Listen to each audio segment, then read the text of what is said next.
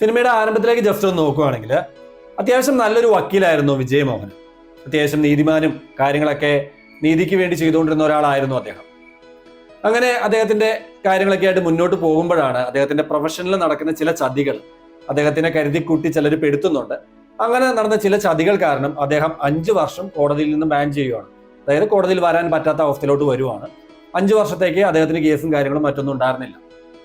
അപ്പൊ ഇതൊക്കെ കഴിഞ്ഞിട്ട് ഏകദേശം ഇപ്പം 5 വർഷത്തോളം ആയി. ഇങ്ങനെ ഇരിക്കുകയാണ് അദ്ദേഹത്തിന്റെ മുന്നിൽ ഒരു കേസ് വരുന്നത്. വളരെ പ്രാധാന്യമുള്ള ഒരു കേസായിരുന്നു അത്. ആദ്യമൊക്കെ അദ്ദേഹം അത് എടുക്കാനായിട്ട് ബുദ്ധിമുട്ട് കാണിക്കുന്നു. ഞാനിപ്പോൾ അതിന് ഫിറ്റ് അല്ല, 5 വർഷത്തോളം കേസും കാര്യങ്ങളൊന്നും ഇല്ലാതെ ഇരുന്നു, ഇനി ഞാൻ അതിന് തയ്യാറാകണം, ആ ഒരു രീതിയിൽ ആദ്യം അദ്ദേഹം അത് എടുക്കാൻ തയ്യാറാകുന്നില്ല. പക്ഷേ വേണ്ടപ്പെട്ടവരുടെയും മറ്റുള്ളവരുടെയൊക്കെ നിർബന്ധം കൊണ്ട് ആ കേസ് എടുക്കുകയും തുടർന്ന് മുന്നോട്ടുള്ള ഒരു കംപ്ലീറ്റ് ഇമോഷണൽ ജേർണി അത് തന്നെയാണ് തീർച്ചയായിട്ടും സിനിമ. എന്തായാലും സിനിമയുടെ വിശേഷങ്ങളിലേക്ക് പോകുന്നതിന് മുന്നേ നിങ്ങൾ ഈ ചാനൽ ആദ്യമായിട്ടാണ് കാണുന്നതെങ്കിൽ കണ്ട ശേഷം നിങ്ങൾക്ക് ഇഷ്ടപ്പെട്ടാൽ തീർച്ചയായും നിങ്ങളൊരു ലൈക്കും ഷെയറും സബ്സ്ക്രൈബും ഒക്കെ ചെയ്ത് സപ്പോർട്ട് ചെയ്യുക. മാത്രമല്ല നിങ്ങളുടെ അഭിപ്രായങ്ങൾ തീർച്ചയായിട്ടും കമന്റ് ബോക്സിൽ ഇടാനും ശ്രദ്ധിക്കണം. അപ്പൊ എന്തായാലും നമുക്ക് സിനിമയുടെ വിശേഷങ്ങളിലേക്ക് പോകാം.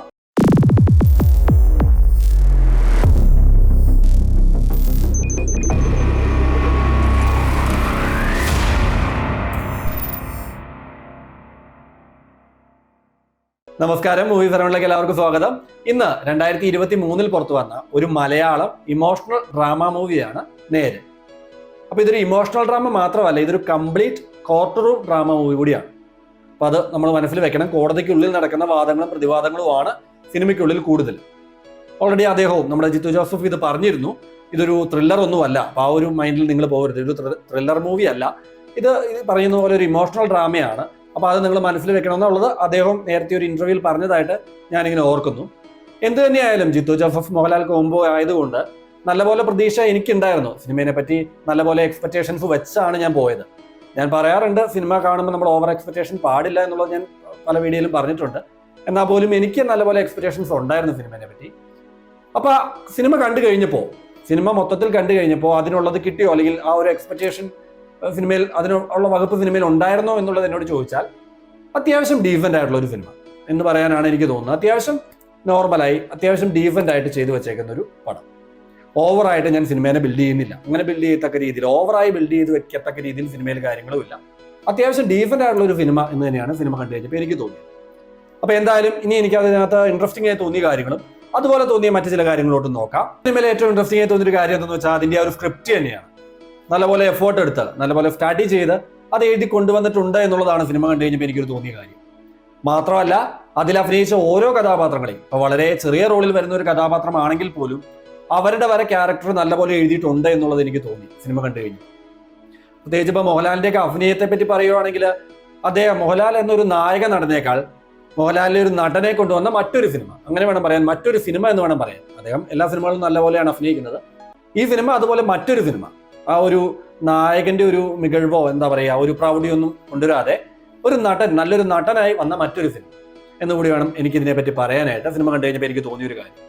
അതുപോലെ തന്നെ സിദ്ദിഖിന്റെ ഒക്കെ അഭിനയം എന്ന് പറയുമ്പം പ്രത്യേകിച്ച് ഒന്നും പറയണ്ട. അദ്ദേഹത്തിനൊക്കെ ഇപ്പൊ എത്ര വൈഫ് അയക്കണം. എന്നാൽ പോലും ആ ഒരു പെർഫോമൻസ് ഉണ്ടല്ലോ, പ്രത്യേകിച്ച് ഈ സിനിമയിൽ പെർഫോമൻസിനാണ് പ്രാധാന്യം. കാരണം ഇതൊരു കോർട്ട് റൂം ഡ്രാമയാണ്, കോടതിക്കുള്ളിൽ നടക്കുന്ന വാഗ്വാദങ്ങളും പ്രതിവാദങ്ങളുമാണ്. അപ്പം എന്തായാലും നമുക്ക് അറിയാം അതിന്റെ ആ ഒരു അഭിനയം, അല്ലെങ്കിൽ ആ വാക്ചാതുര്യം എന്നൊക്കെ പറയില്ല, ആ ഒരു സംഭവമാണ് ഇതിനകത്ത് വേണ്ടത്.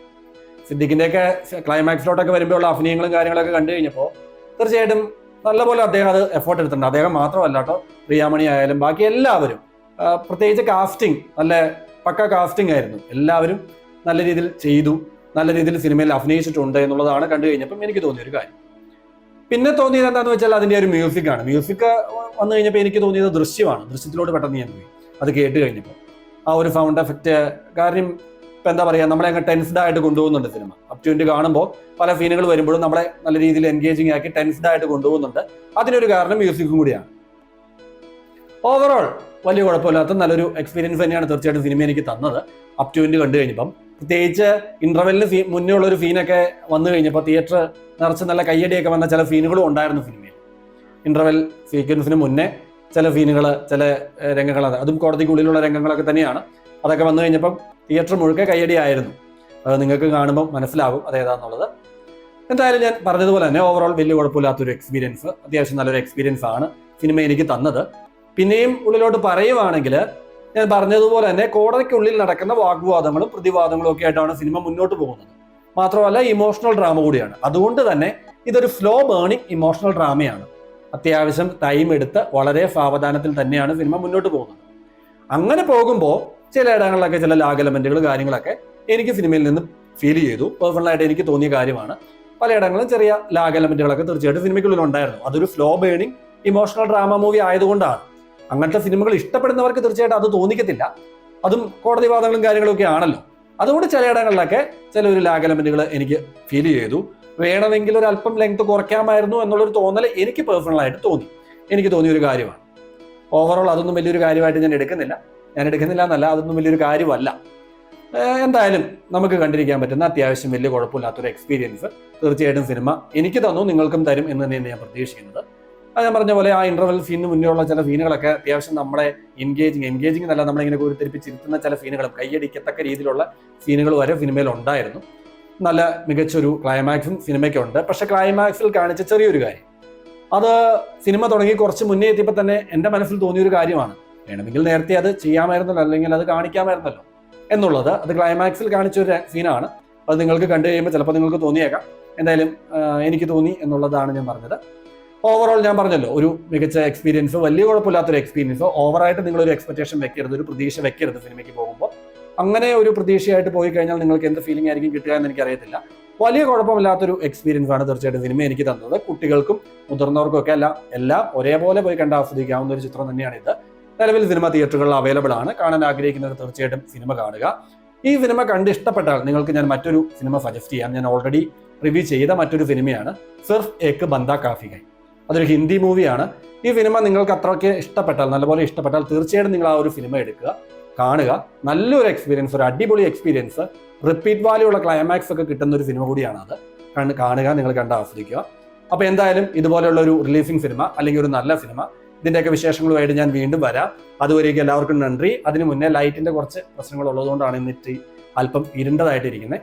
എന്തായാലും ഞാൻ ഇനിയും വരാം ഇതുപോലെ ഒരു സിനിമയുടെ വിശേഷങ്ങളുമായിട്ട്. അതുവരേക്കും എല്ലാവർക്കും നന്ദി.